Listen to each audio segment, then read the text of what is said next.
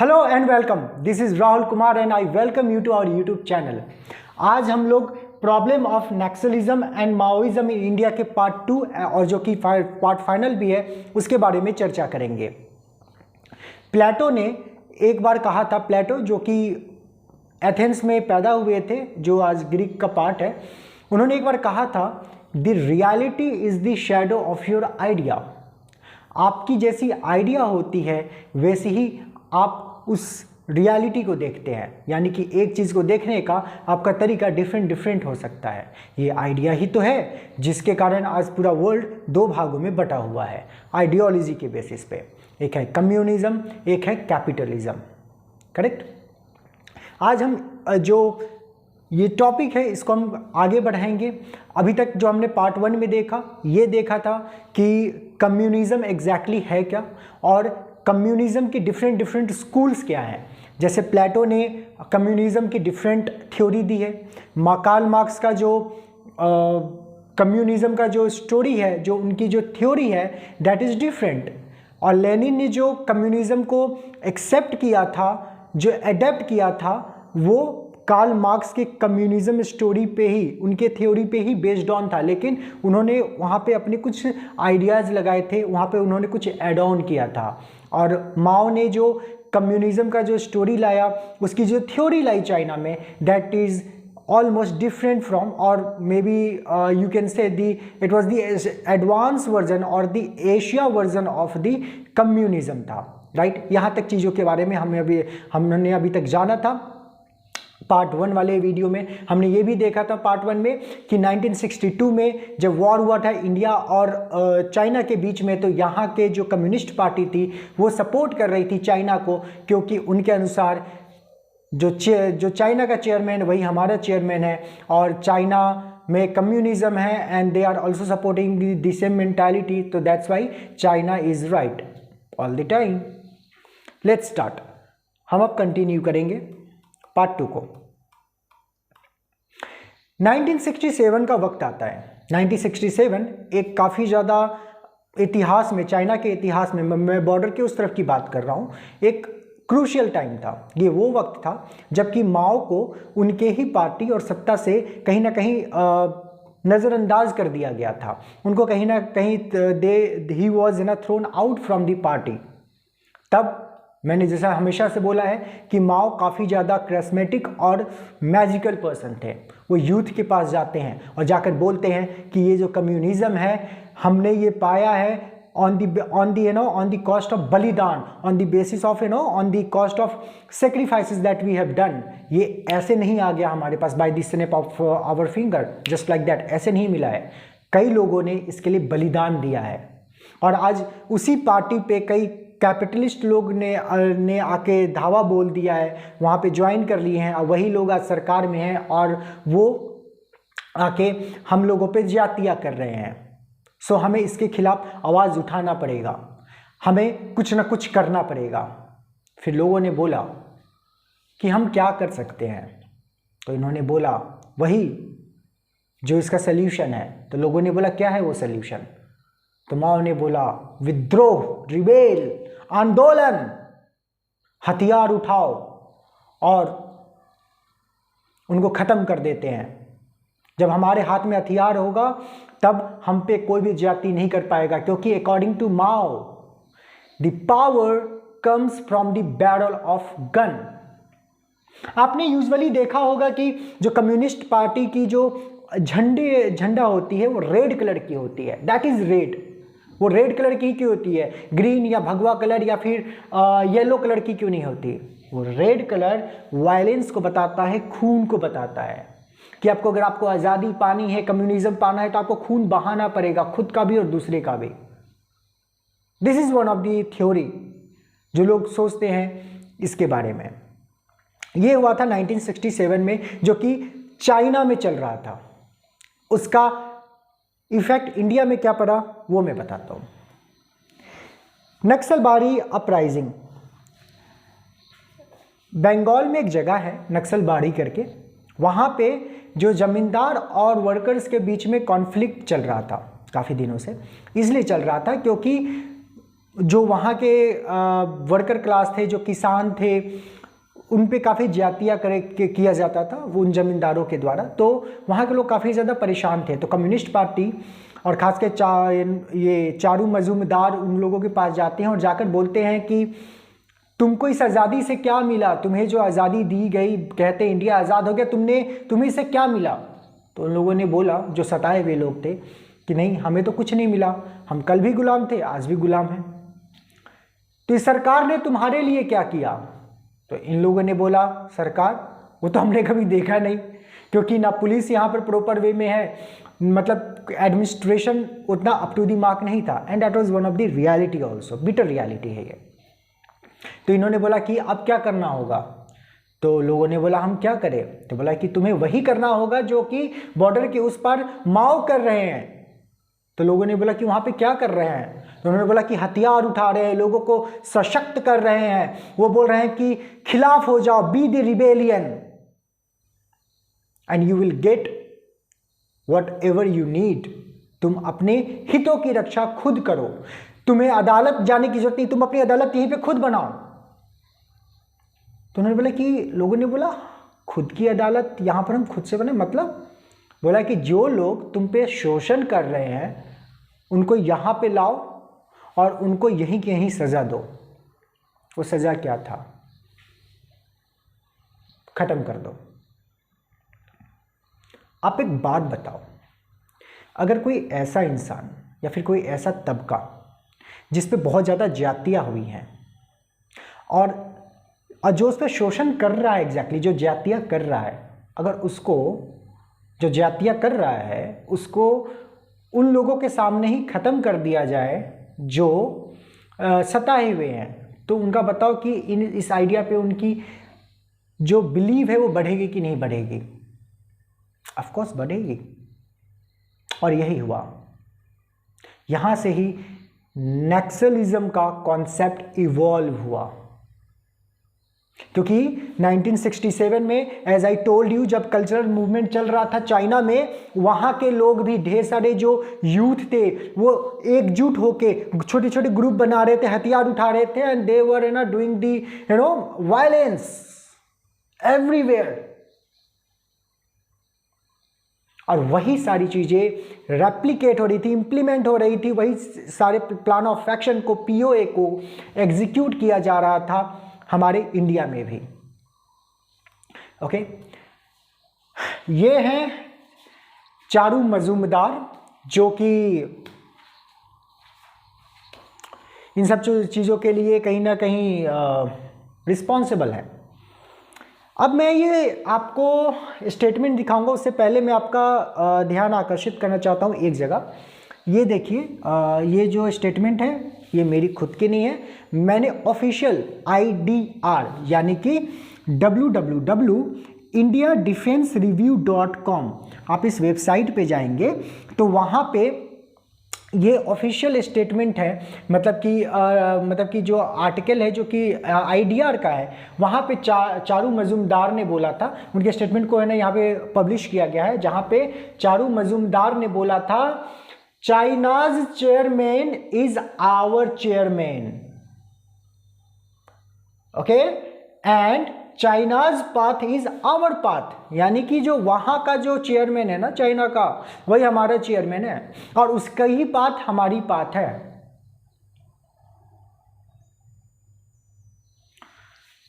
एक और चीज आपको दिखाता हूं, यहां पे किशन जी, इतनी इज्जत देने की जरूरत है नहीं इनको, बाय द वे, ये माओइस्ट लीडर थे किशन जी। मैं भी किशन जी ही बोलूंगा क्योंकि इनका नाम किशन जी लिखा है इसमें। उन्होंने इंटरव्यू में एक बार बोला था कि वो सपोर्ट करते हैं इंडिपेंडेंस ऑफ कश्मीर, वो कश्मीर के इंडिपेंडेंस का सपोर्ट करते हैं, यानी कि जो हमारे पास जो कश्मीर है उसको आज़ाद कर दो। वो बोलते हैं नागालैंड जो कि हमारे इंडिया का पार्ट है उसको भी आज़ाद कर दो, उसके इंडिपेंडेंस को भी सपोर्ट करते हैं। आसाम को भी सपोर्ट, मतलब कि स्वतंत्र कर दो इंडिया से, ठीक है, और बाकी सारी चीज़ों को है ना वो आज़ाद कर दो जो है ना अपनी आज़ादी के लिए बात कर रहे हैं, क्योंकि उनको कोई फर्क नहीं पड़ता अगर देश छोटे छोटे टुकड़ों में अगर बट जाए। और वही आइडियोलॉजी आज भी चल रही है। इसी कारण से जेएनयू जैसे यूनिवर्सिटी में भारत तेरे टुकड़े होंगे ये नारा लगाया जाता है, because this is the code of the communism. ये नेक्सलाइट्स और माओइज्म का है ना ब्लेंडेड थिंग है। और आपको ये जान के बहुत हैरानी होगी कि सिर्फ जब 1967 का जो ये मूवमेंट हुआ था, आपको कल्चरल मूवमेंट हुआ था, तो इसमें सिर्फ और सिर्फ ऐसे युवा नहीं जो कि सताए हुए लोग हैं ना एकजुट हुए थे, इसमें ऐसे भी लोग जो कि काफ़ी ज़्यादा इंटेलेक्चुअल थे, पढ़े लिखे थे, इंजीनियर थे, डॉक्टर थे, दे ऑल्सो है ना taken the part in this movement. और यही चीज़ें आपको इंडिया में भी हो रही थी, चाहे वो नक्सलबाड़ी वाली चीज़ें हो रही थी या सब कुछ। बहुत सारे प्रोफेसर्स वगैरह ऐसे थे, दे वर है ना in the support of China, they were in the support of the communism, they were in the support of separating India, they were in the support कि भारत के टुकड़े हो जाए। और ऐसे जो पढ़े लिखे इंटेलेक्चुअल लोग होते हैं, जो ऐसी मानसिकता से विकृत होते हैं, ऐसे ही लोगों को कहते हैं अर्बन नक्सल्स। एक बहुत बढ़िया मूवी है, मैं रेकमेंड करना चाहूंगा आप लोगों को देखना चाहिए। विवेक अग्निहोत्री की, if I am not wrong, Buddha in traffic jam. वहां पर he has literally expose the hypocrisy of this urban Naxals. एक राजीव दीक्षित या मल्होत्रा हैं, उन्होंने भी एक रिसेंट बुक लिखा है, snakes in the Ganga, snakes in Ganga.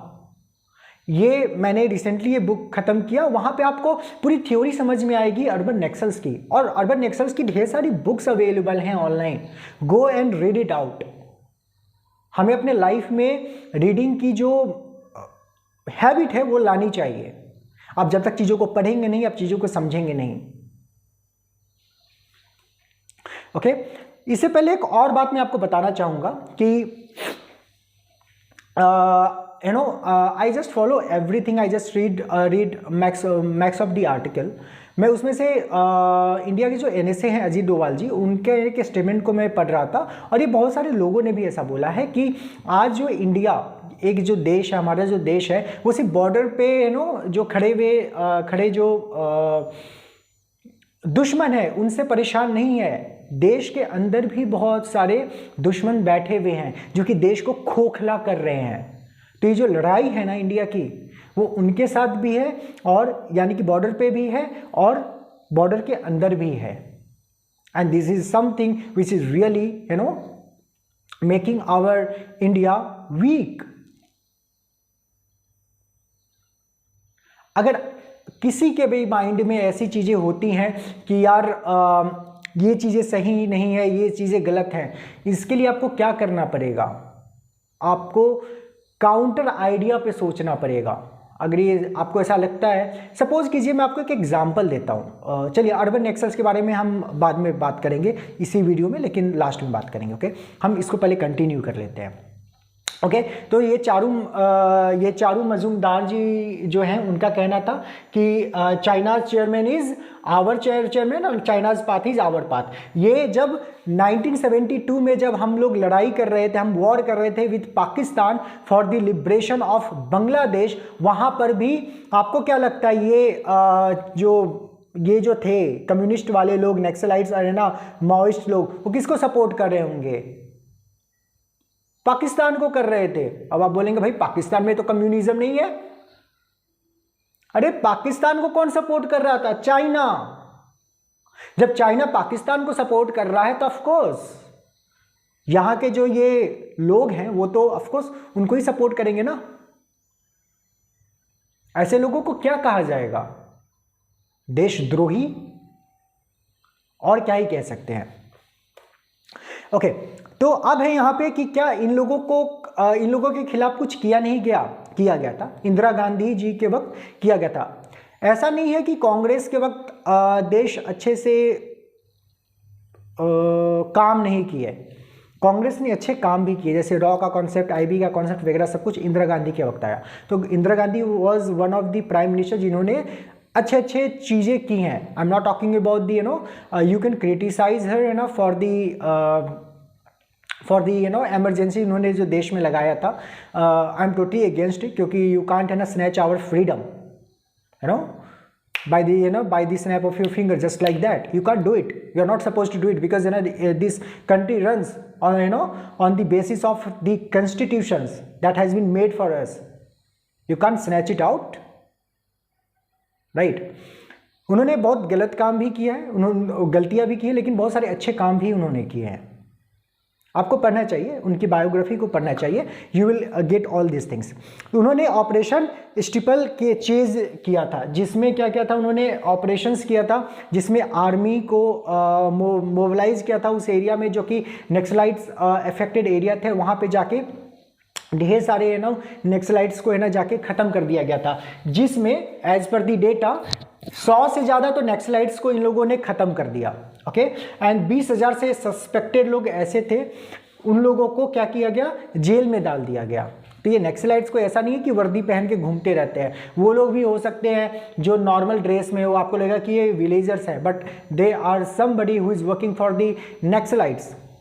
खबरी हो सकते हैं उनके, मुखबिर जिसे आप लोग कहते हैं, वो हो सकते हैं। तो ऐसे सस्पेक्टेड 20,000 लोगों को जेल में डाल दिया गया।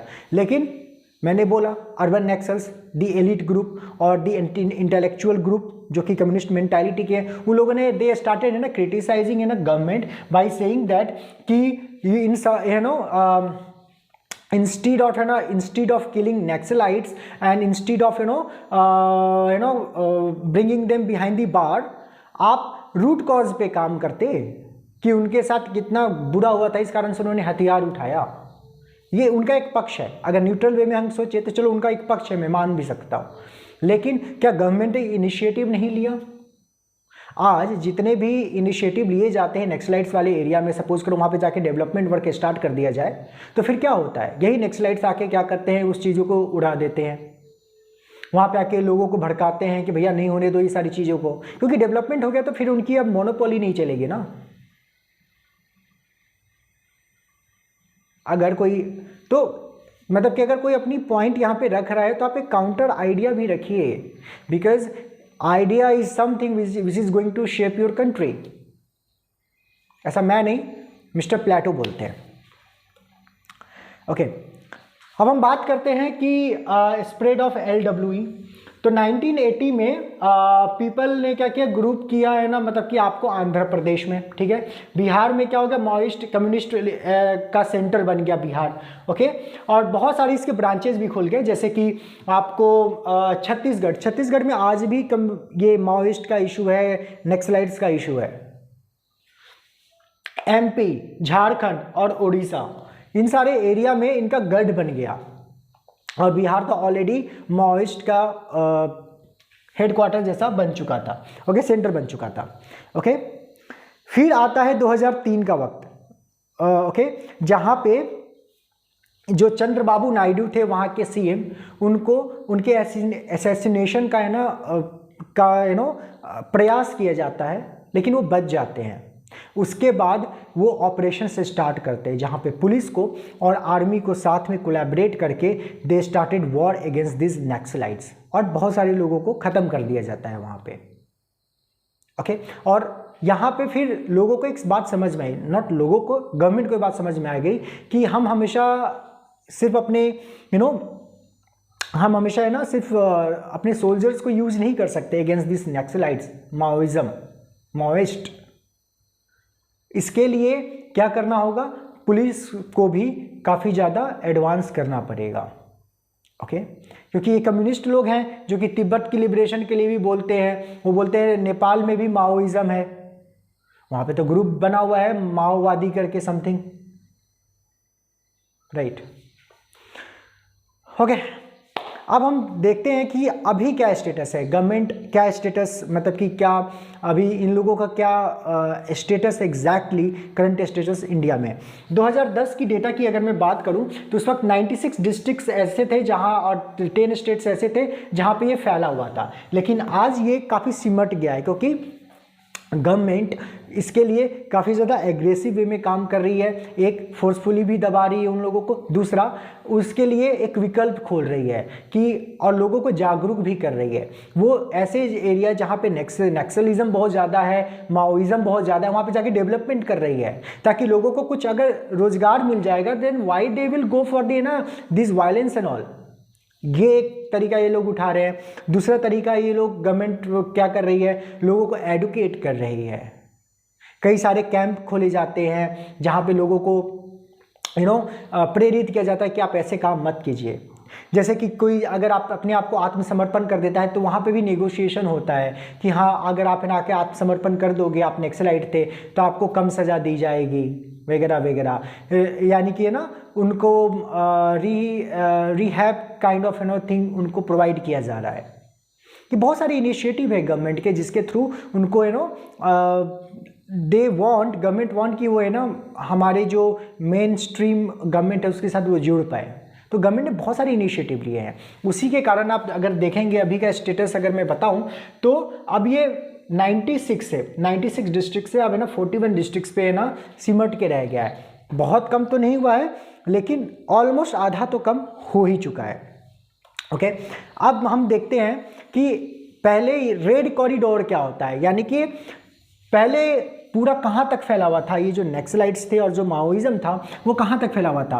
आप पूरा देख सकते हैं, यहाँ से लेकर यहाँ तक, इसको कहते थे red corridor. I told you ना कि इन लोगों का रेड कलर क्या होता है, रेड। रेड का मतलब बलिदान, खून, राइट।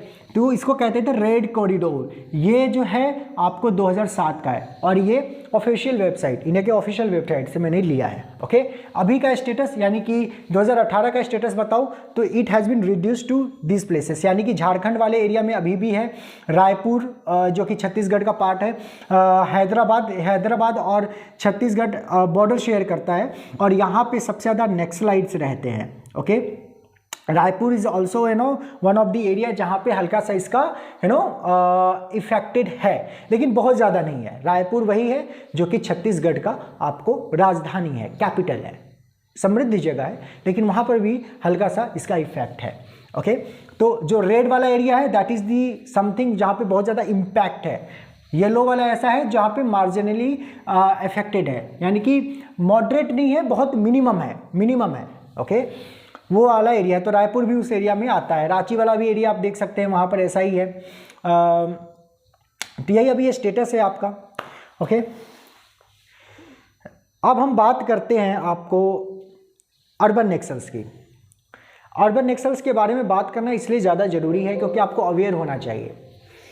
आई टोल्ड यू कि 1967 का जब मूवमेंट हुआ था तो बहुत सारे एलिट ग्रुप हो गए या फिर जो इंटेलेक्चुअल लोग थे, यानी कि जो पढ़े लिखे, यानी कि किसी कॉलेज के प्रोफेसर, डॉक्टर वगैरह वगैरह, they also became the part of the this nexus. उन्होंने क्या किया, वो सपोर्ट करते थे इंटेलेक्चुअली। आज ऐसे ही लोग, सपोज कीजिए कि कोई ऐसा राइटर जो कि पढ़ा लिखा है, वो कोई स्टोरी लिखता है, कलम में बहुत ताकत होती है, वो कोई स्टोरी लिखता है जहाँ पे वो क्या करेगा, प्रो कर देगा इन लोगों को, नक्सलाइट्स को, और क्या करेगा, गवर्नमेंट को गलत दिखाएगा। इसका एक एग्जांपल, आप बोलेंगे मैं भरोसा नहीं करता, मैं आपको कुछ एग्जांपल देता हूँ। आप याद कीजिए अप्रैल 2010 का वक्त, जब 82 या 85 सैनिकों को, हमारे सोल्जर्स को उड़ा दिया गया था इन नक्सलाइट्स के द्वारा।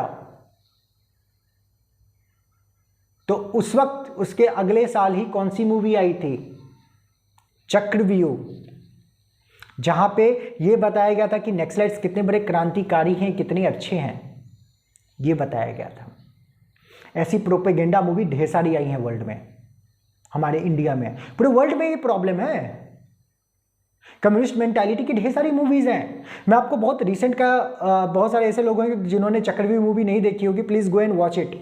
टेक्निकली वेल मेड मूवी है, अभय देओल है उसमें, अर्जुन रामपाल है। ओके, तो ये है कि आपको इंटेलेक्चुअली आपको आपके माइंड को वॉश करने की जरूरत है। एक होता है सैंडविच अप्रोच, एक सैंडविच अप्रोच कहते हैं, जहां पे अपने कंटेंट को वो दिखाएंगे। यानी कि सैंडविच में क्या होता है, 2 ब्रेड का स्लाइस होता है, उसके बीच में आप अपने चीज़ वगैरह को डालते हैं, राइट।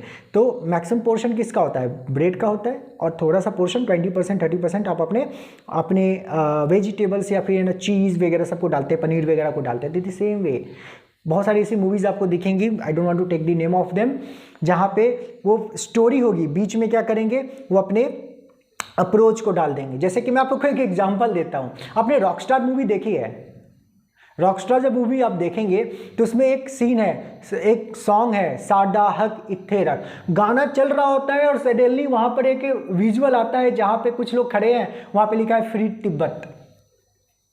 कुछ लोग है ना वो सरदार के है ना वेश में हैं और वो वहाँ पे है कि साडा हक इत्थे रख, यानी कि क्या खालिस्तान चाहिए आपको, देश तोड़ना है आपको।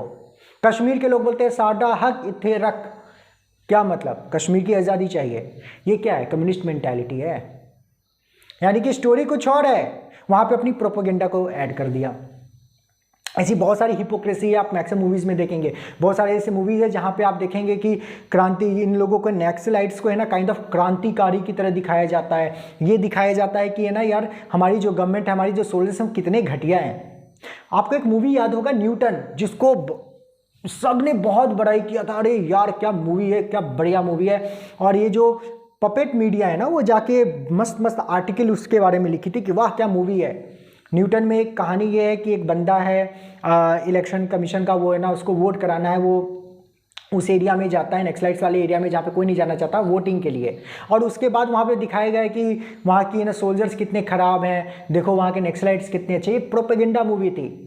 एक और प्रोपेगेंडा मूवी के बारे में आपको बताता हूँ, आप देखकर सोच के शॉक्ड हो जाएंगे। शायद आपने सोचा है या नहीं सोचा इस बारे में, आई डोंट नो। एक मूवी है शाहिद कपूर की है, कश्मीर पे है, आई just forget the name of it, जिसमें तब्बू वगैरह है। प्लीज़ कमेंट सेक्शन में नाम बता दीजिएगा। I just forget the name of that movie. Shahid नहीं, it was not Shahid exactly. बहुत ही प्रॉब्लमेटिक मूवी है वो। वहाँ पे आर्मी को बहुत गलत वे में दिखाया गया है। यानी कि इस्टेब्लिशमेंट के खिलाफ आपको हमेशा आवाज़ उठाना है। That is the communism is all about now days. लेकिन जो कार्ल मार्क्स ने जो एग्जैक्ट दिया था दैट हैड सम है ना गुड इंटेंशन ऑल्सो। लेकिन आजकल जो एग्जीक्यूशन उसका हो रहा है दैट इज़ वेरी बैड। आपको एक बहुत अच्छी है ना वेब सीरीज के बारे में बताता हूँ, मनी हाइस्ट। बहुत लोगों को पसंद है क्योंकि टेक्निकली वेल मेड वो वेब सीरीज है और उसके लिए लिटरली सारे लोग वेट करते थे। लेकिन उस मूवी की पूरी प्रोपेगेंडा क्या है, ऑल दो फॉरेन की ये मूवी है, वेब सीरीज है, लेकिन उसमें भी यही है, वो लोग जो चोर होते हैं, जो रॉबरी करते हैं, they are against the establishment, आप अपने देश के खिलाफ हैं। वहाँ पे वो सारे लोगों को इतना निगेटिव शेड दिया गया है जो कि देश के बारे में सोचते हैं। यानी कि याद कीजिए उस कर्नल के बिहेवियर को कितना गंदा दिखाया गया है, क्योंकि वो देश के बारे में सोच रहा है, देश को बचाने की कोशिश कर रहा है। लेकिन ये जो कम्युनिस्ट के जो लोग सब होते हैं जो कि रॉबरी करने जाते हैं, उनको कितना ज़्यादा अच्छे ख्यालात का दिखाया गया है। It's all propaganda. मैंने बोला ना सैंडविच अप्रोच। उसमें एक और है कि एक बैंक मैनेजर होता है, उसकी गर्लफ्रेंड होती है, उसको कितना गंदे वे में दिखाया गया क्योंकि वो देश के बारे में सोच रहा है। यानी कि वो सारे लोगों को वहाँ पे बहुत ज़्यादा क्रूअल, घटिया, विकृत मानसिकता का बताया गया है जो कि आपको कोशिश कर रहे हैं, जो कि देश के सपोर्ट में है, ताकि आपको क्या होगा, नफरत होगी ऐसे लोगों के, देशभक्त लोगों की।